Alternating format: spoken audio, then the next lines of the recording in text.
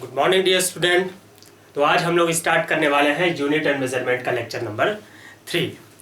बच्चों, unit and measurement के lecture number 3 पे बढ़ने से पहले लेक्चर नंबर 2 को थोड़ा सा हम लोग फोकस करते हैं कि लेक्चर नंबर 2 में हम लोगों ने पढ़ा क्या था।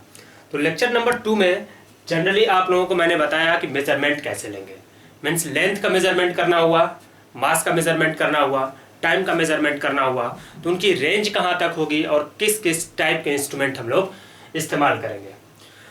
एक चीज़ और मैंने आप लोगों को बताई थी कि जहाँ पे मेजरमेंट की बात आएगी वहाँ पे कुछ न कुछ एरर्स भी जनरेट होते हैं। मीन्स कहीं ना कहीं कुछ गलतियाँ हो जाती हैं, कुछ एक्सपेरिमेंटल कंडीशंस ऐसे हो जाते हैं कि जिसकी वजह से गलतियाँ एराइज हो जाती हैं, एरर्स जनरेट हो जाते हैं। कहीं कहीं कुछ इंस्ट्रूमेंट में कमियों की वजह से एरर्स जनरेट हो जाते हैं। तो आज की टॉपिक जो हम लोगों की होने वाली है वो पूरी तरह से है एरर एनालिसिस। मतलब आज का जो लेक्चर होने वाला है हम लोगों को गलतियों पर लेक्चर होने वाला है, और यहाँ हम लोग देखेंगे कि मेजरमेंट में किस टाइप की गलतियाँ हो सकती हैं, उनको कैसे सुधारा जा सकता है और कितने टाइप की गलतियाँ होती हैं। ठीक है बच्चों, एरर एनालिसिस पे बढ़ने से पहले दो टर्म को क्लियर करना बहुत जरूरी है। और वो जो तो दोनों टर्म है उसको अगर बोला जाए तो कह सकते हैं कैरेक्टरिस्टिक ऑफ इंस्ट्रूमेंट है। वो इंस्ट्रूमेंट की कैरेक्टरिस्टिक होती है। और वो एनसीईआरटी में जो टॉपिक आप लोगों का दे रखा है वो टॉपिक दे रखा है accuracy and precision of instrument. Accuracy and precision of instrument. अब यहाँ पे दो वर्ड आ रहा है, आप लोग देख रहे होंगे।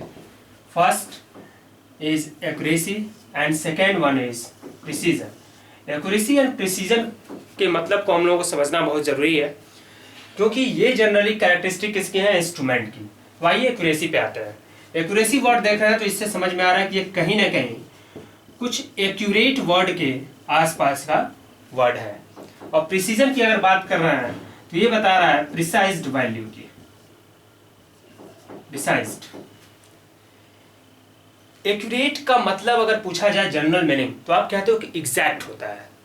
मीन्स इसको अगर हम फिजिक्स की भाषा में अगर बोले तो कह सकते हैं क्लोज टू रियल वैल्यू।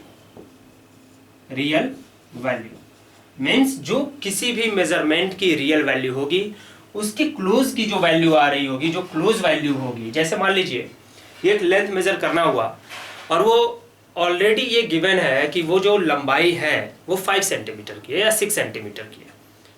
ठीक है, और आपसे कहता है कि उसको मेजर करिए और आपकी जो रीडिंग आ रही है वो आ रही है 5.1, 4.9, 5.2 इस तरीके की रीडिंग आ रही है। तो वो क्या है, जनरली क्लोज है रियल वैल्यू के।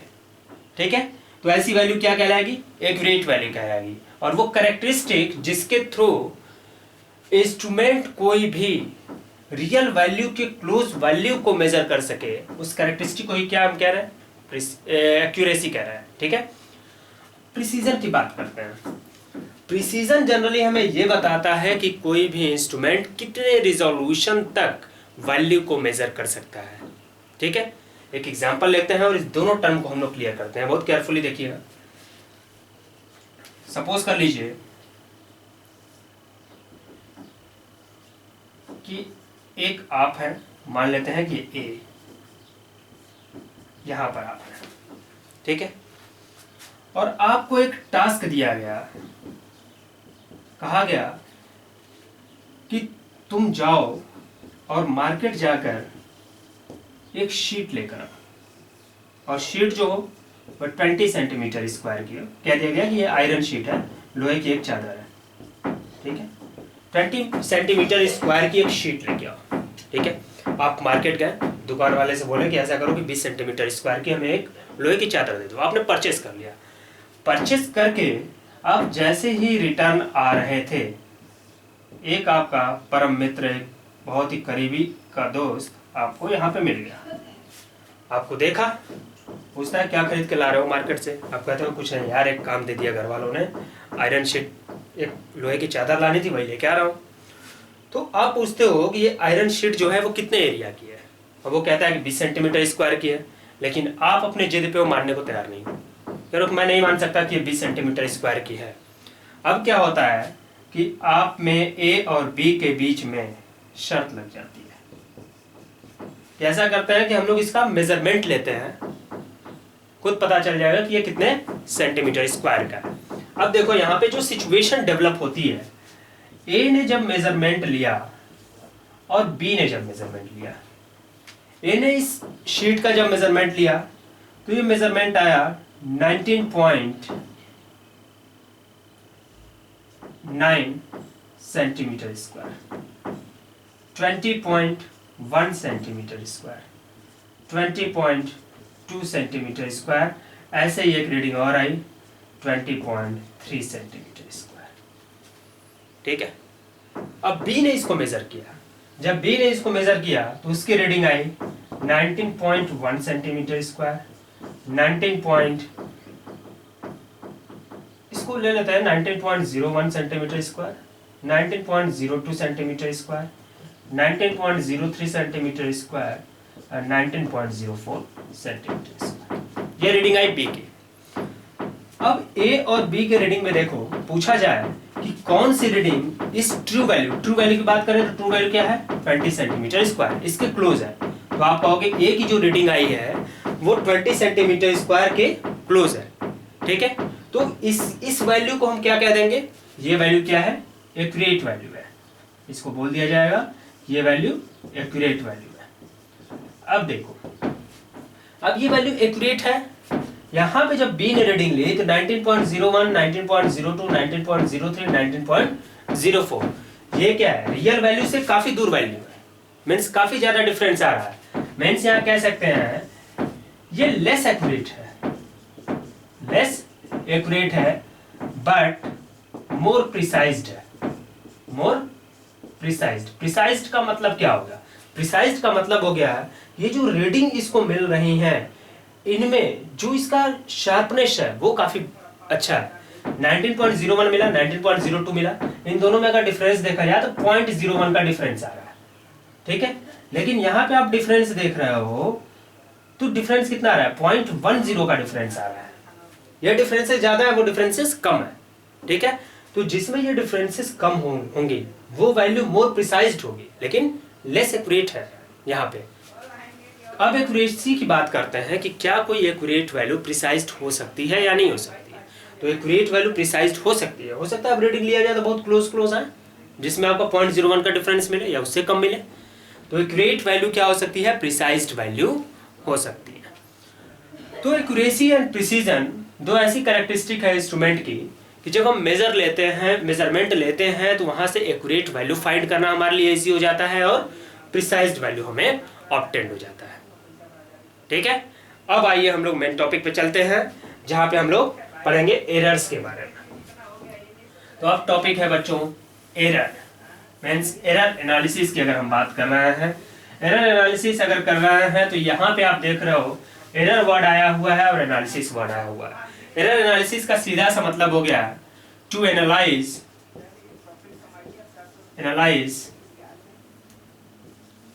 एरर्स ड्यूरिंग मेजरमेंट लेते समय जो एरर्स आ रहे हैं उसके बारे में एनालाइज करना ही क्या हो गया, एरर एनालिसिस हो गया। अब एरर एनालिसिस की अगर हम बात कर रहे हैं तो एरर्स की बात करेंगे।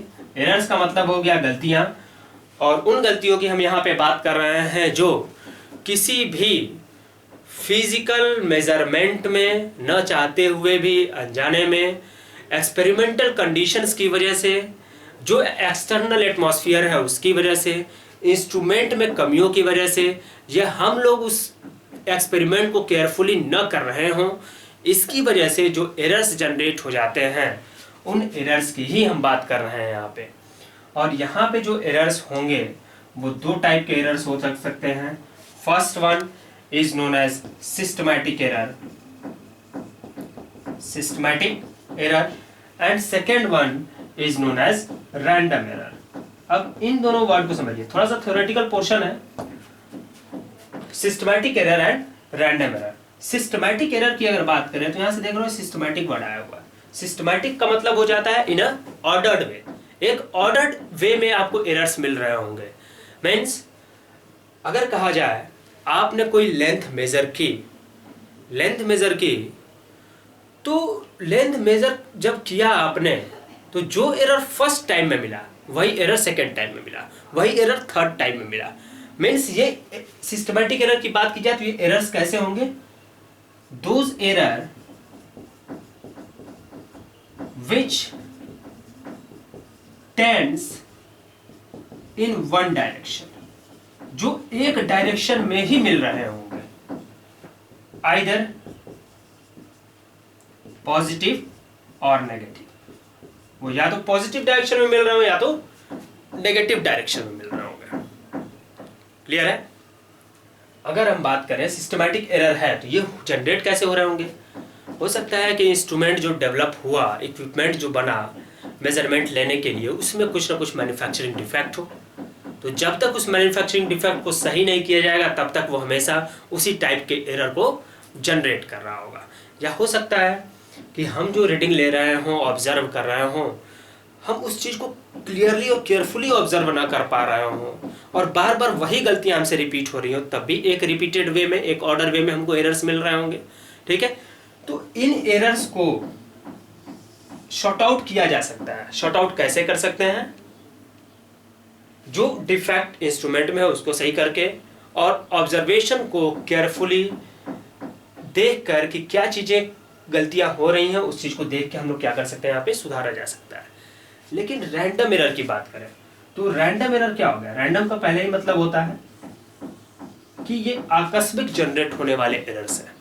मीन्स जिसके बारे में हम लोगों को जानकारी ना हो सकता है आप मेजरमेंट ले रहे हो और एट अ टाइम वोल्टेज में, करंट में, प्रेशर में, टेम्परेचर में या एयर जो हमारे लेबोरेटरी में प्रेजेंस है उनकी वजह से या उनकी फ्लक्चुएशंस की वजह से जो हमें एक्सपेरिमेंटल कंडीशन चाहिए वो हमें ना मिल पा रही हो, जिसकी वजह से क्या हो, जो एक्सपेरिमेंट होगा, जो मेजरमेंट हम ले रहे होंगे उसमें कुछ ना कुछ आपका डिस्टर्बेंस क्रिएट होगा और जहाँ पे डिस्टर्बेंस क्रिएट होगा वहाँ पे एरर्स जनरेट होंगे।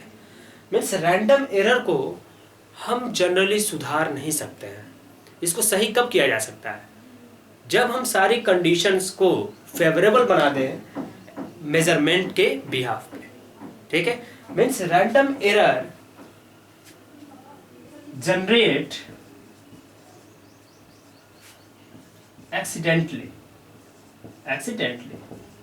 ये आकस्मिक जनरेट होते हैं due to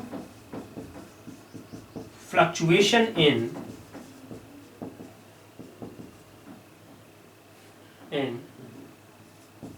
some conditions like air, temperature, current, etc. Means इन सब में जब जैसे ही फ्लक्चुएशन हमें मिल रहा होगा रैंडम एरर जनरेट हो रहे होंगे। एंड सिस्टमैटिक एरर क्या है? सिस्टमैटिक एरर किसी भी एक डायरेक्शन में होगा, यूनिडायरेक्शनल होंगे, वो या तो पॉजिटिव हो सकते हैं या तो नेगेटिव हो सकते हैं। इसको हम इजीली रिमूव कर सकते हैं, लेकिन रैंडम एरर को इजीली रिमूव नहीं किया जा सकता। क्लियर है? तो आप देखिए, ये तो जनरली थ्योरेटिकल पोर्शन चल रहा था, लेकिन अगर आपसे क्वेश्चन में आए calculate the errors of the following experiment, कुछ एक्सपेरिमेंट्स आपको दे दे और कहे कि एरर्स कैलकुलेट करने होंगे, तो उसको कैलकुलेट करने के लिए एक एनसीईआरटी ने एक नई टॉपिक को इंट्रोड्यूस किया है और उस टॉपिक को हम लोग देखते हैं क्योंकि न्यूमेरिकल पॉइंट ऑफ व्यू से वो टॉपिक काफ़ी इंपॉर्टेंट है। तो आइए उस टॉपिक की तरफ मूव करते हैं। अब जिस टॉपिक की हम बात करने वाले हैं वो टॉपिक है बच्चों एब्सोल्यूट एरर,